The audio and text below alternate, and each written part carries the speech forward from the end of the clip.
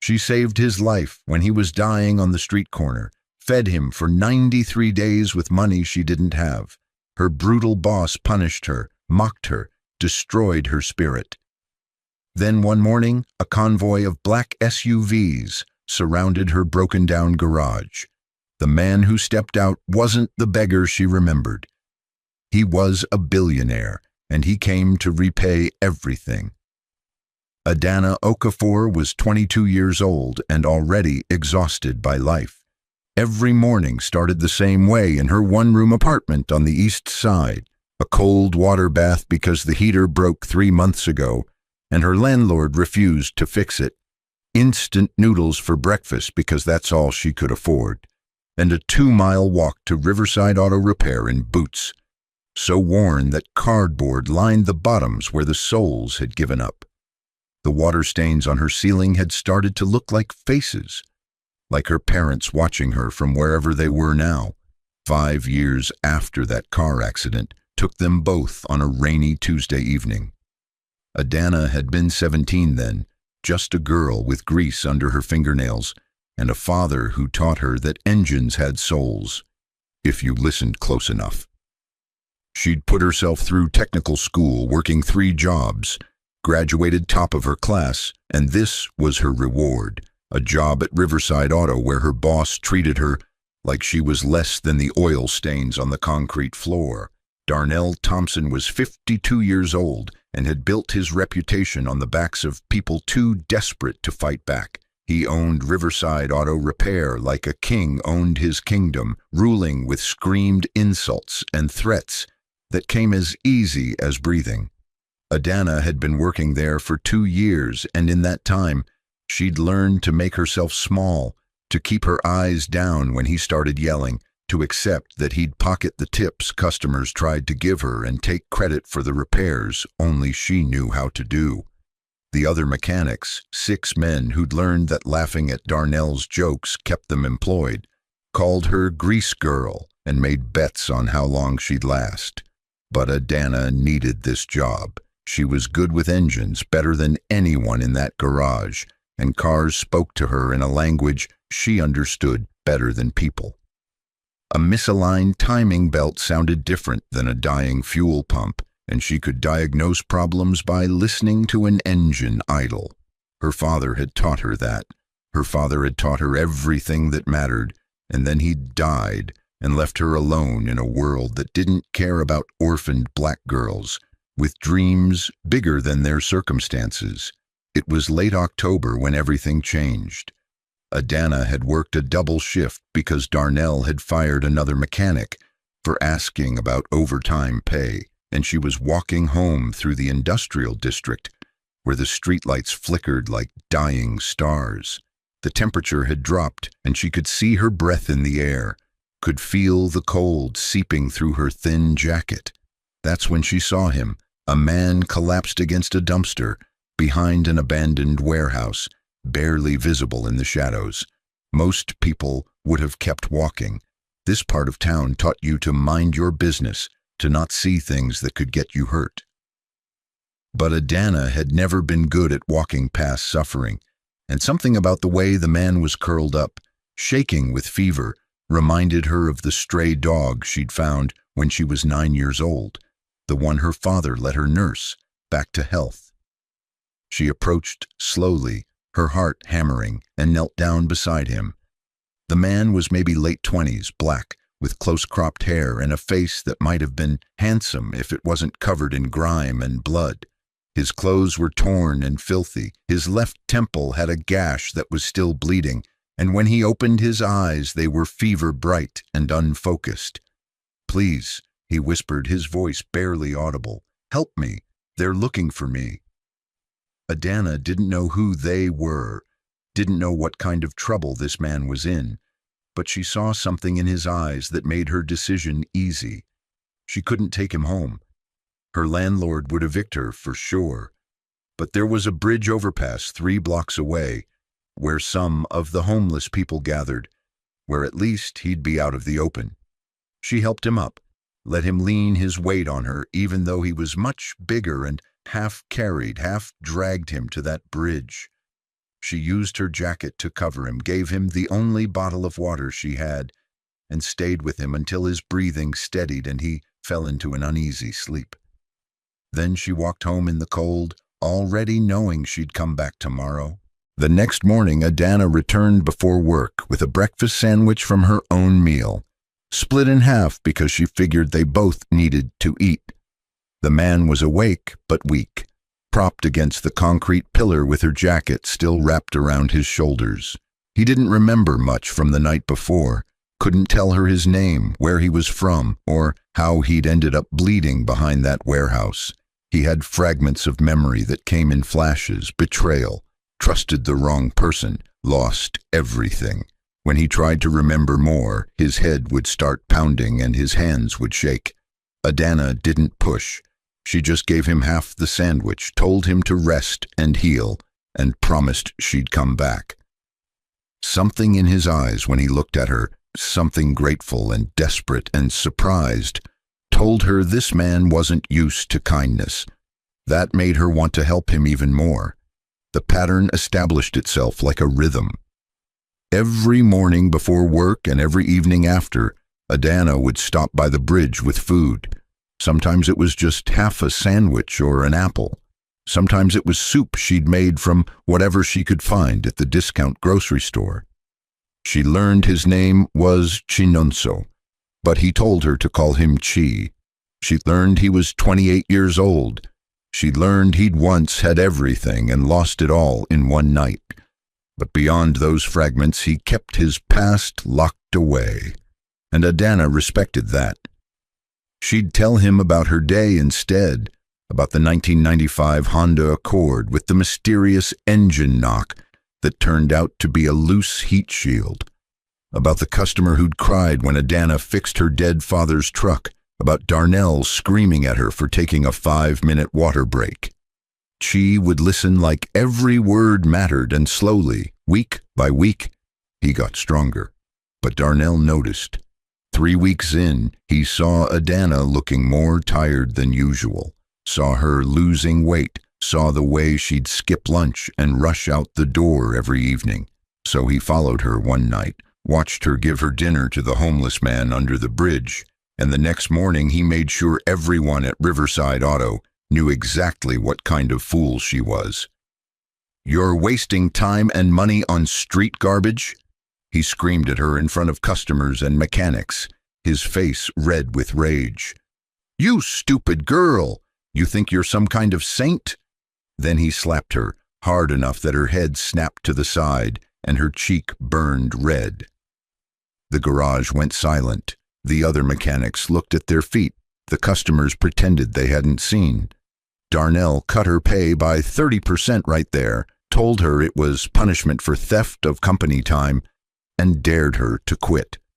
Adana took it all silently, her cheek throbbing, her eyes burning with tears she refused to let fall. That evening she still brought Chi his dinner. The months passed like water wearing down stone, slow, relentless, changing everything gradually. The calendar pages flipped from October to November to December, and the weather turned bitter cold. Chi grew stronger under Adana's care, and something else grew too, a connection neither of them had words for. He started helping around the encampment, protecting the other homeless people from the dealers and gangs that preyed on the vulnerable. He taught Adana chess using pieces they made from bottle caps and stones, and in those games she saw the sharp intelligence he tried to hide. They talked about everything. She told him about her parents, about the car accident that took them, about her father's garage where she'd learned to love the smell of motor oil and the satisfaction of bringing a dead engine back to life. She told him about her dream of opening her own shop someday, a place where people would be treated with respect and young mechanics, like her, would have a chance. Chi listened to every word, his dark eyes intent, and sometimes Adana caught him looking at her like she was something precious and rare. One evening in early January, after 93 days of this routine, Chi told her he needed to leave soon. They were sitting under the bridge, and Adana had just brought him stew she'd made, and the way he said it made her chest hurt. "Why do you keep coming back?" he asked her, his voice quiet. "You don't owe me anything. You're starving yourself to feed me. Your boss punishes you for this. Why?" Adana looked at him for a long moment, this man who'd arrived broken and who'd somehow become the best part of her days. "Because everybody deserves to be seen," she said simply. "My daddy used to say that people aren't disposable, that everyone has value, even when the world tries to tell them different. You deserve to be seen, Chi. That's all." Something shifted in his expression then. Something deep and profound. The next day, Adana brought him her lucky wrench, the last tool her father had given her before he died, worn smooth from use. "For protection," she said, even though they both knew a wrench wouldn't protect him from whatever had put him on those streets. Chi took it like she'd given him gold. They didn't quite say goodbye, but they both knew something was ending, and then Chi was gone. Adana came by the bridge the next evening and found only her jacket, neatly folded with a note that said, "Thank you," in careful handwriting. She told herself she was happy he'd moved on, that wherever he'd gone had to be better than sleeping under a bridge in January. But the absence ached. She'd gotten used to having someone who listened, someone who looked at her like she mattered. Now there was just the cold walk home and the empty feeling that she'd lost something important. Meanwhile, Darnell's cruelty escalated like it had been waiting for the right moment to fully bloom. Without Chi to focus on, he turned all his venom on Adana. He blamed her for a customer complaint that was actually his fault. He'd installed the wrong brake pads and refused to admit it. He made her work 18-hour shifts for a week straight, refusing to let her take breaks or eat. One afternoon, exhausted beyond measure, Adana collapsed while trying to lift an engine block. She hit the floor hard, her vision swimming, her body refusing to cooperate. The other mechanics laughed. Darnell stood over her and screamed at her to get up or get fired. Adana dragged herself to her feet with tears streaming down her face, tasting blood where she'd bitten her lip, and kept working because she had no choice. This was her life now. This was all she had. The final break came 3 weeks after Chi disappeared. A wealthy customer brought in a 1967 Chevrolet Impala, cherry red with chrome that caught the light like liquid silver. The transmission was shot, and it was a complex job that none of the other mechanics wanted to touch. Adana spent 2 days figuring out the problem, her hands cramping from the precision work, her back screaming from the awkward angles. When she finally got that engine purring like a satisfied cat, the customer was so impressed he asked for Adana by name and tried to hand her a $500 tip. Darnell intercepted it. Smooth as a con artist, told the customer that he'd personally overseen the repair. When Adana quietly corrected him, "Actually, sir, I did the transmission work," Darnell's face went dark with rage. The customer left, and the garage emptied for the evening, and that's when Darnell showed Adana exactly how much he'd been holding back. He grabbed her by the collar and threw her against the tool cabinet with enough force that she heard something crack, her ribs or the cabinet, she couldn't tell. Tools rained down around her as she hit the floor, wrenches and screwdrivers clattering like deadly rain. Darnell kicked her while she was down, his work boot connecting with her side once, twice, 3 times. "You're nothing," he screamed, spit flying from his mouth. "You'll always be nothing. You think you're special because you can fix a transmission? You're a stupid little girl playing in a man's world." Then he grabbed her personal toolbox, the one she'd assembled piece by piece over 5 years, half of them her father's original tools, and smashed it with a hammer. Just smashed it until the metal bent and the tools scattered across the oil-stained floor.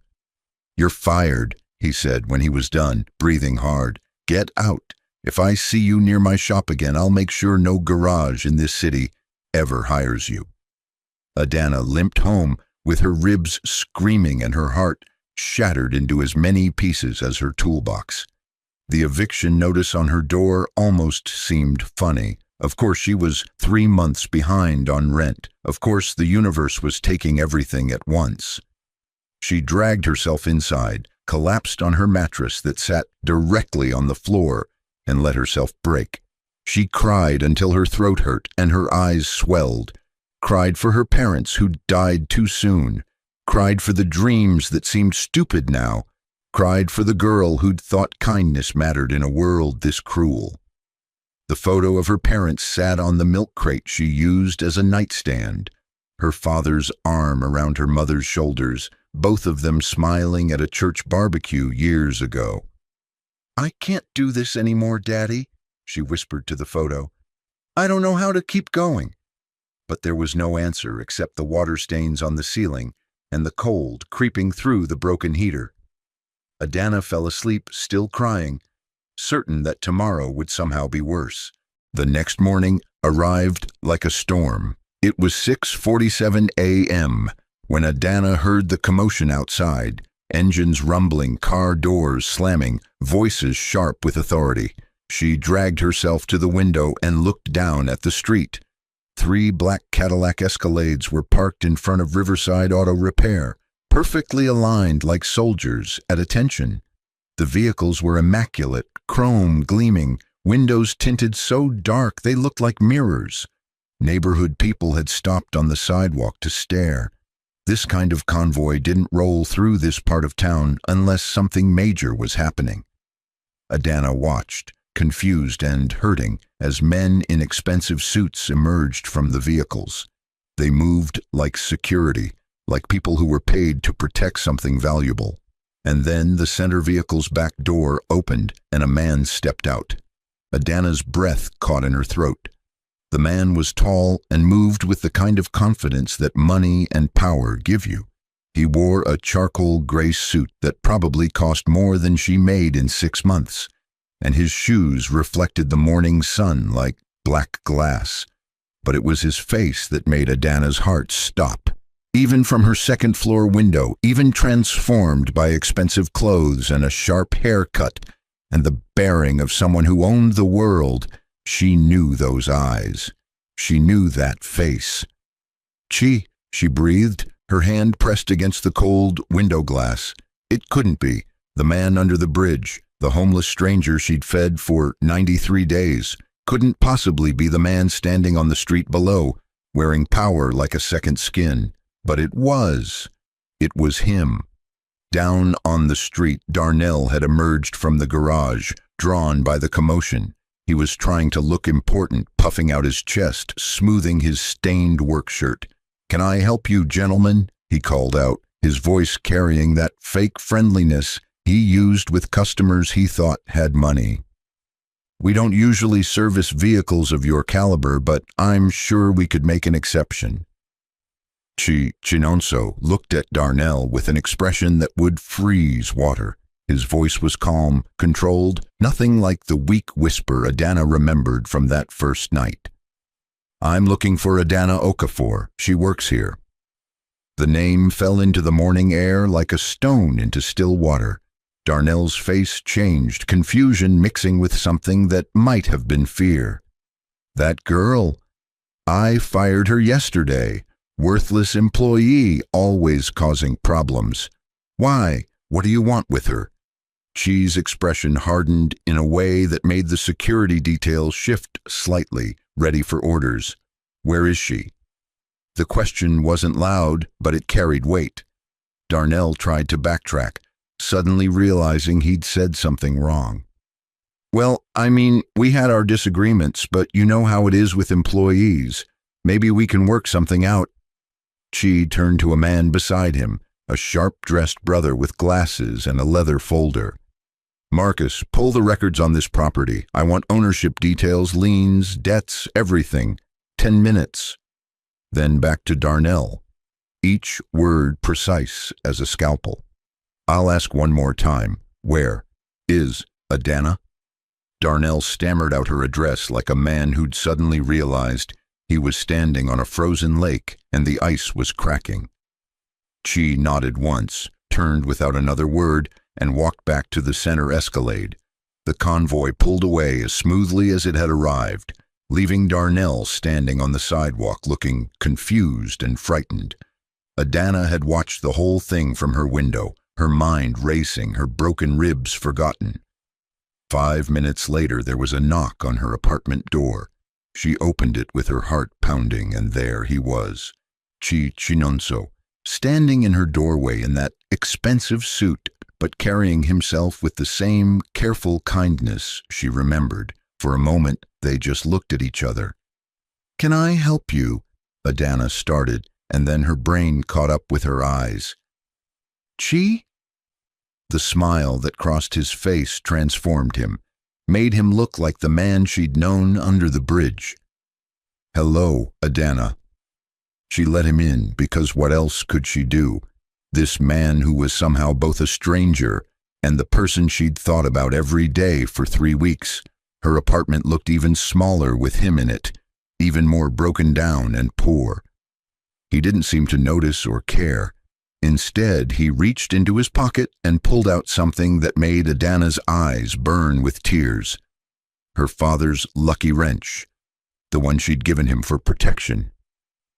"You told me everyone deserves to be seen," Chi said quietly. "You saw me when I was invisible. You kept me alive when I wanted to die. Now it's my turn." Adana shook her head, trying to make sense of any of this. "I don't understand. Who are you? What happened?" So Chi told her. He sat in her only chair while she sat on her mattress, and he told her everything. His full name was Chinonso Adeyemi, and 5 years ago he'd been a 23-year-old kid with a computer science degree and an idea. He'd built a software platform from nothing, working out of a garage that wasn't much better than Adana's apartment. The platform revolutionized how small businesses managed inventory and supply chains, something that sounded boring but solved a massive problem. By the time Chi was 26, he'd made his first billion. He'd had offices in 12 cities, employees who depended on him, and a business partner named Jerome, who'd been his best friend since they were 10 years old. Jerome was the brother Chi had chosen, the person he'd trusted with everything. That trust had been Chi's biggest mistake. Jerome had orchestrated it perfectly, a hostile takeover disguised as a merger, forged documents that made Chi look unstable, secret deals with board members who valued profit over loyalty. On a Tuesday night in October, Jerome had invited Chi to dinner to discuss the company's future. Instead, Chi had been drugged, beaten by men Jerome had hired, and dumped in that industrial district to die. Jerome had spread rumors that Chi had a mental breakdown, that he'd abandoned the company and disappeared. By the time Chi woke up behind that warehouse, with a concussion and no wallet, no phone, nothing but the clothes on his back, Jerome had already taken control of the company, and that's where Adana had found him. Broken, betrayed, with nothing left but a will to survive. Those 93 days under the bridge hadn't been about hiding. Chi had been recovering, planning, watching. He still had one loyal ally, his lawyer, a sister named Naya who'd worked with him from the beginning and who'd never believed Jerome's lies. While Chi was homeless, Nia was quietly building a case, gathering evidence, reaching out to the few board members who'd questioned the takeover. The day Adana had given Chi her father's wrench, the day he'd told her he had to leave, was the day Nia had finally assembled enough proof to move. 3 weeks later, Chi had walked into a federal courthouse with documentation of fraud, embezzlement, and attempted murder. Jerome was arrested within 24 hours. The company had been returned to Chi within a month. And in the 6 months since then, Chi had rebuilt his empire bigger than before. He was worth $2.3 billion now. But none of that mattered as much as finding the woman who'd saved his life when he had nothing. "You fed me for 93 days, Adana," Chi said, his voice rough with emotion. You starved yourself so I could eat. You gave me hope when I had none. You saw me as a human being when the whole world had decided I was garbage. He pulled an envelope from his jacket and placed it on her mattress. This is yours, no strings attached. Adana opened it with shaking hands. Inside was a check made out to her for $3 million. The number was so large it didn't look real, like someone had added too many zeros by mistake. I can't accept this, she whispered, but she was already shaking his head. You already did. The day you chose kindness over fear. This isn't charity, Adana. It's a debt repaid. Then he pulled out a folder, official-looking documents with legal seals. I bought Riverside Auto Repair this morning. The building, the business, everything. It's yours now. Adana couldn't breathe. The words made sense individually, but not together.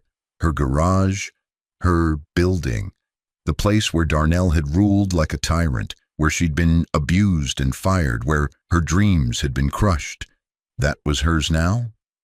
She started crying, deep sobs that hurt her broken ribs but couldn't be stopped. Why? She asked through the tears. Why would you do this? Chi knelt in front of her, and for a moment he looked exactly like the man under the bridge, vulnerable and honest. Because you saved my life. Not just my body, my faith in humanity. I'd lost everything, and I'd decided the world was just predators and prey. Then you showed up with half a sandwich and proved me wrong. And because nobody should ever destroy your tools again. You deserve to build your dream, Adana. Let me help you do that. They went to Riverside Auto together an hour later, Chi and Adana and the same convoy of Escalades. Darnell was still there, pacing nervously, jumping when the vehicles pulled up. Chi walked in first, flanked by his lawyer Marcus, and two security guards who looked like they could bend steel. Adana followed, her ribs wrapped now, moving carefully. Darnell's eyes went wide when he saw them together. Mr. Thompson, Chi said, his voice cold as January wind, meet the new owner of Riverside Auto Repair. Darnell looked confused until Adana stepped forward. Adana Okafor now owns this property, this business, and everything in it. The color drained from Darnell's face. You can't, this is my garage. I built this place. I've been here for 20 years. Marcus opened the leather folder and read in a voice like he was announcing a verdict. The sale is complete and legal. All ownership has been transferred to Ms. Okafor. All business licenses have been updated. You have no legal claim to this property or its assets. Adana found her voice, and it came out stronger than she expected. You're fired, Darnell, effective immediately. Darnell's face went red, then purple. You can't do this. You're nothing. You're just a... He lunged forward, and that's when Chi stepped between them, and suddenly the temperature in the room dropped about 20 degrees. If you ever come near her again, Chi said quietly, I have 17 lawyers who will bury you in litigation for the rest of your natural life. We have documentation of wage theft, workplace abuse, and assault.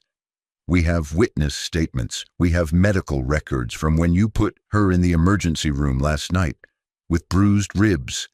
Leave now or leave in handcuffs. Your choice. The security detail moved forward slightly. Darnell looked at Adana one last time, and she met his eyes steadily, and he must have seen something there, because his shoulders slumped. He grabbed his jacket and left without another word, the sound of his truck peeling out of the parking lot echoing through the garage. The other mechanics stood awkwardly in the sudden silence. 6 men who'd laughed at Adana, who'd made her life harder, who'd done nothing when Darnell had hurt her. They were looking at the floor now, waiting for judgment. Adana looked at each of them, taking her time, letting them sweat. Then she surprised everyone, including herself. Anyone who wants to stay and work in a respectful environment, you're welcome. But this garage runs on dignity now, We pay fair wages. We don't steal tips. We don't abuse people. We don't make jokes at each other's expense. If you can't handle that, there's the door." One mechanic left immediately. The other 5 stayed, looking ashamed and relieved in equal measure. 6 months passed like a dream Adana kept expecting to wake up from. The garage got a new sign, Adana's Auto Care, in bold letters visible from 3 blocks away. She renovated the whole place, new equipment, better lighting, a customer lounge that didn't smell like mold. She hired young people from struggling backgrounds, kids who reminded her of herself, and paid them wages that let them actually live. Word spread fast about the shop where a young black woman ran things with skill and fairness, and customers started coming from across the city. Adana was good at this, not just the mechanical work, but the business side, the management, the vision. She'd always been good at it. She'd just never had the chance to prove it. She visited regularly. At first, it was to check on the business, make sure everything was running smoothly. Then it was to bring coffee and talk about their days. Then it was because they both looked for excuses to see each other. And the friendship that had started under a bridge had grown into something neither of them wanted to name, but both of them felt. He told her about rebuilding his company, about the satisfaction of proving Jerome wrong, about using his wealth to fund programs for homeless populations. She told him about the teenager she'd just hired who reminded her of herself at 17, about the customer who'd cried when Adana fixed her grandfather's truck, about the strange joy of running a business built on kindness. They didn't rush anything. They'd both learned that the best things take time. On a Thursday afternoon in July, Adana was in the garage teaching a 16-year-old girl named Imani how to rebuild an engine. Imani had been living in her car 2 months ago, had dropped out of school to help her sick mother, had given up on the idea of a future. Now she was learning that spark plugs had a specific torque specification and that patience was as important as skill. "Miss Adana," Imani asked, her hands carefully placing a valve cover, "why did you give me this chance? You don't even know me." Adana smiled and glanced at the wall where her father's lucky wrench hung in a shadow box, the one she had carried for months, and returned to her. "Because somebody taught me that kindness comes back around," she said, "and everyone deserves to be seen." Through the garage bay door, she could see Cheese Escalade pulling into the parking lot. He'd taken to stopping by most days now, sometimes with lunch, sometimes just to watch her work, and the way he looked at her had changed from grateful to something warmer, something that made her heart race. "Also," Adana added, meeting Cheese's eyes as he walked into the garage, "because the people who help you when you have nothing are the ones who deserve everything." Cheese smiled that smile that transformed his whole face, and Adana smiled back, and Imani looked between them with the knowing expression of a teenager who'd figured out what the adults were still dancing around. Outside, the July sun beat down on the freshly painted sign, and cars lined up waiting for service, and somewhere across town in a small apartment he couldn't afford, Darnell Thompson was probably bitter and angry, and telling himself this wasn't fair.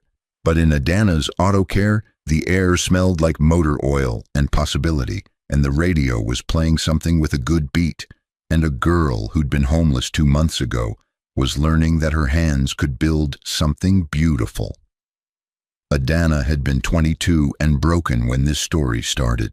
Now she was 23 and healing, surrounded by people she'd chosen, doing work that mattered and slowly opening her heart to the idea that maybe, just maybe, the man who'd returned for her was someone worth keeping. The text that appeared on the screen told the rest. Adana's garage now employed 17 people and was expanding to a second location. She and Chinonso ran a foundation together that provided technical training to underserved youth across 5 cities. They'd just announced their engagement last month, and the ring on Adana's finger was simple and perfect because Chi had learned that the most valuable things weren't always the most expensive. As for Darnell Thompson, he'd tried to open his own garage across town, but word travels fast in the automotive community about men who abuse their employees. He'd never worked in automotive again. Justice wasn't always loud or dramatic, but sometimes it was perfect. This is what happens when kindness meets someone who never forgets. Adana gave everything when she had nothing, and the universe brought it back 1,000 times over. If this story moved you, hit that like button, share it with someone who needs to hear that their kindness matters, and subscribe for more true stories of people who refused to let cruelty win. Drop a comment telling me, have you ever helped someone and had it come back to you in an unexpected way? I read every single one. Until next time, remember that your character is built in how you treat people who can do nothing for you. See you in the next story.